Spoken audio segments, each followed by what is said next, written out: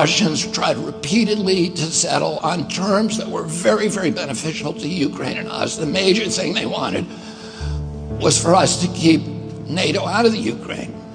The big military contractors want to add new countries to NATO all the time. Why? Because then that country has to conform its military purchases to NATO weapon specifications, which means certain companies, Northrop Grumman, Raytheon, General Dynamics, Boeing, and Lockheed, get a trapped market. In March of 2022, we committed $113 billion. Just to give you an example, we could have built a home for almost every homeless person in this country. We then committed another $24 billion since then, 2 months ago, and now President Biden's asking for another $60 billion. But the big, big expenses are going to come after the war, when we have to rebuild all the things that we destroyed.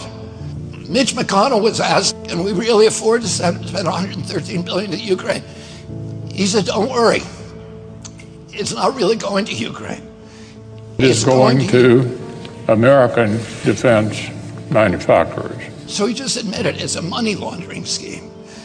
And who do you think owns every one of those companies? BlackRock. So Tim Scott, during the Republican debate, said, don't worry, it's not a gift to Ukraine, it's a loan. So raise your hand if you think that that loan's ever getting paid back. Yeah, of course it's not. So why do they call it a loan? Because if they call it a loan, they can impose loan conditions. And what are the loan conditions that we impose on them? Number one, an extreme austerity program, so that if you're poor in Ukraine, you're going to be poor forever. Number two, most important, Ukraine has to put all of its government-owned assets up for sale to multinational corporations, including all of its agricultural land, the biggest single asset in Europe. In Ukraine, there's been 1,000 years of war fought over that land. It's the richest farmland in the world. It's the breadbasket of Europe.